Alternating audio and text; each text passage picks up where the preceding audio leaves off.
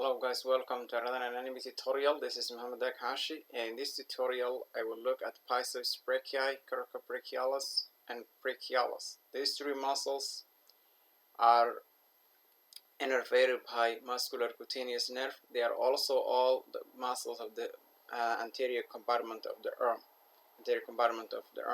and they flex the arm and the forearm as well. So let us look then.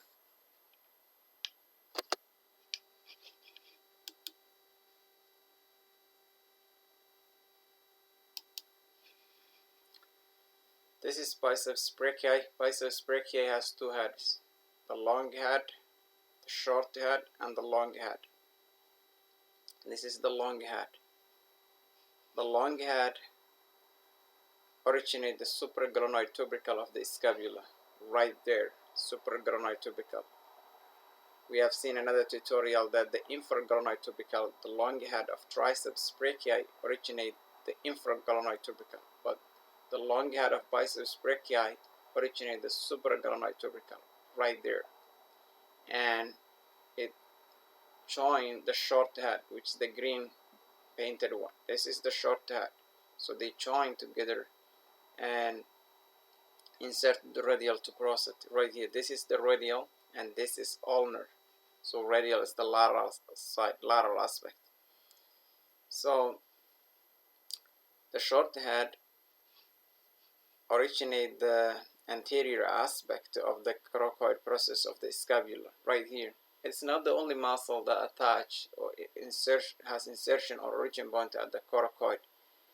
Coracoid, in the medial aspect of it, pectoralis minor insert the medial aspect of it, and as we will see in a minute, the apex or the most inferior aspect of it originate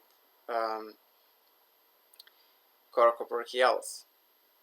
So there are three muscles that has either inserts or originate from coracoid process. The inferior aspect of it, Coracobrachialis, the anterior aspect of it, the short head of Biceps Brachii here. This is the green painted one. And Biceps Brachii in both heads flex the forearm at the elbow joint and supinate the forearm at the radial-ulnar joint. It also produces movement in the shoulder joint because it crosses the shoulder joint right here. It's innervated by, as I said earlier, muscular cutaneous nerve, spinal cord segment C5 and C6. Even though the muscular cutaneous nerves contain C5, C6, and C7, it does not necessarily mean that all the segments innervate the same muscle. This is Coracobrachialis. Coracobrachialis originate the inferior or the apex of the coracoid process of the scapula, inferior to the apex, and it inserts the middle third of the medial aspect of humerus right here. It does not produce any movement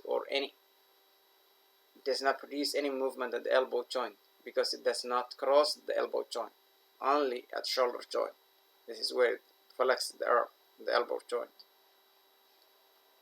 Flex and adducts the arm at the shoulder joint right here.